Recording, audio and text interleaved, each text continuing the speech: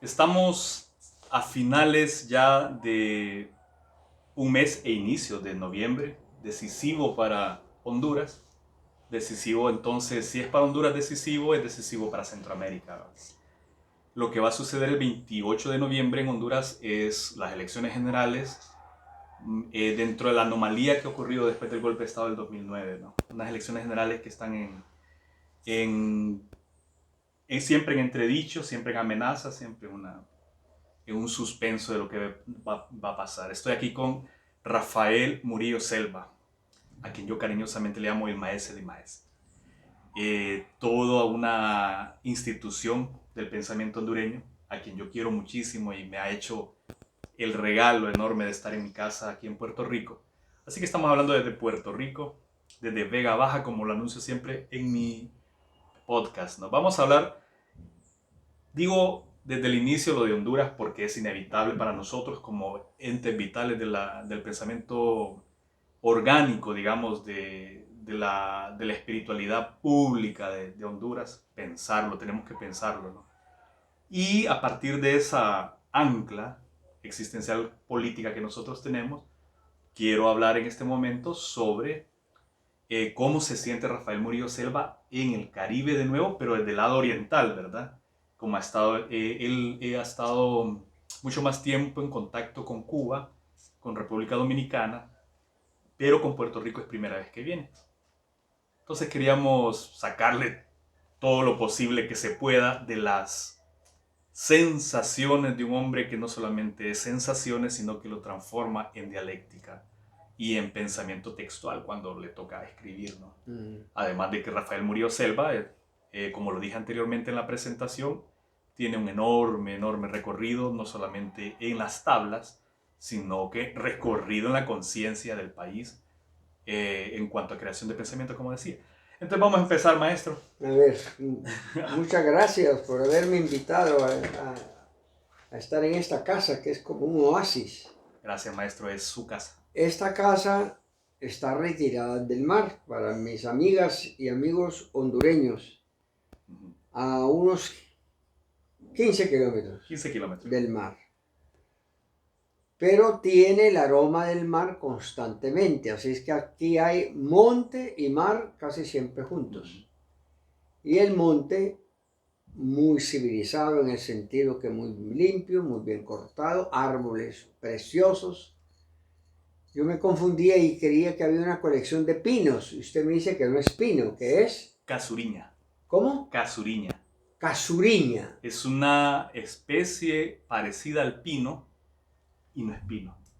Y es endémica en Puerto Rico. Pero tiene, a la primera vista es un pino. Sí, un pino como llorón, ¿no? Así con las hojas sí, más triste que los nuestros, que ya de por es sí correcto. son tristes. Ya de por esto es como cabeza gacha. Son cabeza gachan como... Pero el verde es muy lindo y yo no conocía este tipo de pino, porque además ya sabemos que el pino se da en ciertas tierras que son un poco secas de minerales, Sí, en general en tierras rocosas. correcto. Pero aquí no, aquí es húmedo y hay pinos. Así es. Hay maravillosas, no me diga, a ver si me acuerdo, pero hombre, Esos faros. pero hombre, las palmeras. Las palmeras, maestro. La palmera, que es como un símbolo de la identidad caribeña. Así lo fue en el Caribe nuestro. Pero desde que llegó una plaga que no supo combatir el gobierno, como siempre, arrasó con todos los pinares y todos los palmares, más bien, Claro. que habían en la costa de Trujillo, Tela. Perdimos yo recuerdo el desconsuelo de los garífunas cuando miraban sus palmeras, sus cocoteros, fallecer lánguidamente, agarrar un color morado e ir muriendo. Qué cosa más dura, maestro, porque eso imagínese en paralelo al gorgojo descortezador que ataca al pino. Entonces significa que la nacionalidad en su simbología natural ha sido atacada y arrasada, ¿no? Y a indiferencia del poder estatal. Con la indiferencia, pero la plaga más grande que hemos tenido es la política. Ah, claro. Esa plaga destroza más que las otras plagas. Hablo de plaga política, porque es una plaga. La política ha sido muy insustancial, salvo excepciones que yo ya las he mencionado en mis escritos. Bueno, mire, ¿cómo de lo cocotero pasamos a la política? Claro. Así es, porque es que... Porque casi como una expresión de la muerte espiritual del país, ¿verdad? No solamente espiritual, física. Física. Hay gente que no tiene un solo tiempo de comida. Vivimos al borde de una tragedia colectiva. Y estamos al borde de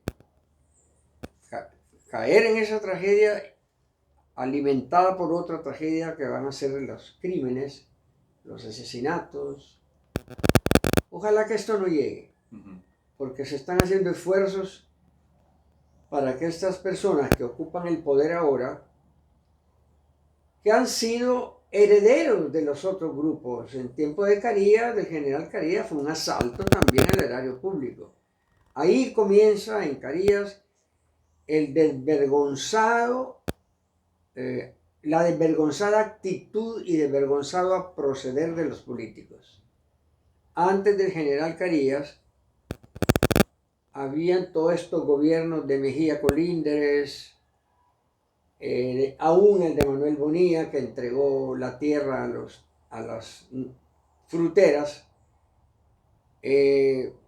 aún Terencio Sierra, en otras gobernanzas que de una u otra manera estaban inspiradas en el positivismo liberal y en sus nuevos principios de administración pública, todavía se sentía muy deshonroso que señalaran a alguien por haber robado dinero de las arcas públicas. Había un poco de vergüenza, de pudor. Después de Carías eso se rompió. ¿Y eso qué correspondencia tiene con lo que se conocía en el Caribe, maestro? Por ejemplo, esa misma época está Trujillo en todo su apogeo, está pues la supuesta modernización de Puerto Rico en este lado de acá, después de un enorme auge de la lucha independentista y Albizu Campos dando discurso a multitud, movilizando, estando también el germen de la lucha que iba a ser en Cuba, ¿no? Contra Batista, contra el régimen que venía desde antes. Honduras estaba ligada irremediablemente a esa tensión en la cuenca del Caribe. Sí, es que yo le digo a mis amigas y amigos que lo primero que tenemos que reconocer para implementar una estrategia adecuada de acción social y política es reconocer que somos colonia y que hemos sido colonia y que toda esa verborrea de libre, independiente y soberana es pura verborrea, porque eso ha estado en las leyes. El sistema legal hondureño siempre ha sido de los más avanzados del mundo, pero es el menos respetado del mundo. Legalmente hemos sido hasta soberanos. Y no ha sido así. Acuérdense ustedes cómo Cabañas, para defenderse de una eventual intervención de Inglaterra y de un posible regreso de España, ese hombre insigne que es José Trinidad Cabañas solicitó ser parte de la Unión Norteamericana. Vamos a parar en este momento y vamos a continuar después a nivel de video. Este fue un adelanto de lo que vamos a hablar con Rafael en el podcast, y están escuchando. Vamos a darle continuidad en el podcast, así que lo escuchen en el podcast completo. Nos estamos escuchando por ahí, pues. Muy bien.